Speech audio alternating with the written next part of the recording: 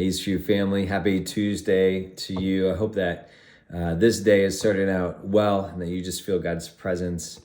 I just encourage you, if you haven't checked out this past Sunday's sermon, to go back on our website and check it out. There's just some amazing biblical insights about John 13. I encourage you to go there. It's kind of the backdrop for the Devos this week. Really interested in this one today because it's kind of some political talk. We're going to focus in. There's something political that Jesus talks about in John 13, just before he introduces this new commandment. And my guess is that if you are interested at all in government or politics, I mean, it's a theater, right? In my opinion, it's fun to watch. You never know what's going to happen. Anyway, my point is this, is that some of us have political figures or voices that we trust.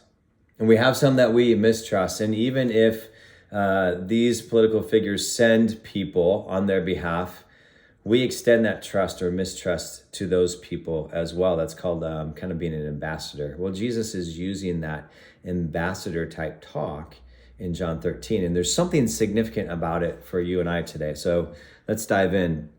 John 13, I just want to read one verse, verse 20. Listen to some political talk here, okay?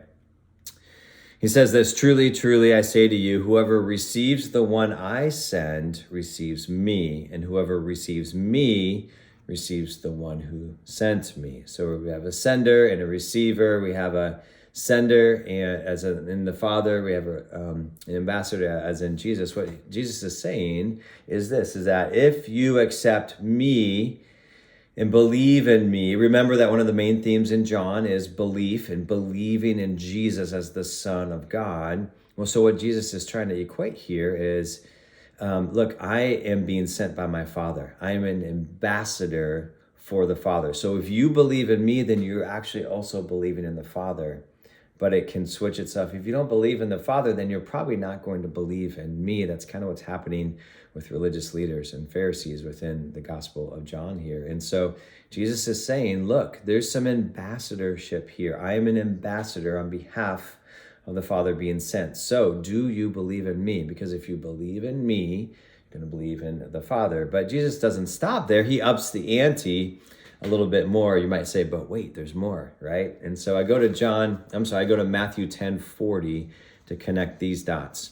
And Jesus is talking to believers, people who potentially can believe in him. And he says, whoever receives you, as in you and I, receives me, as in Jesus. And whoever receives Jesus receives the one who sent him.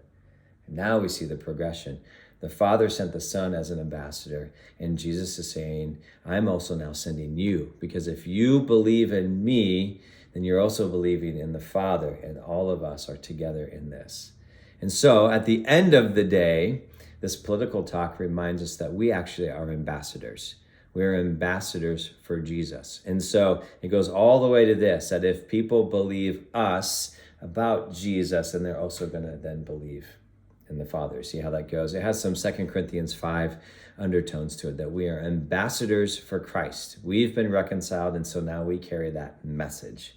I say all of this to ask you kind of a weird grammatical question, so bear with me. I think it's kind of funny, but here's the question, and it's, how will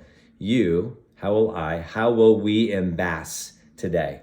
Probably not a word, but in light of being ambassadors, here's what's significant about what Jesus is saying in John 13. How will I embass today? Let that sit in for a little bit, and may it carry throughout the day today. Guys, thanks so much for joining us. Have a great Tuesday.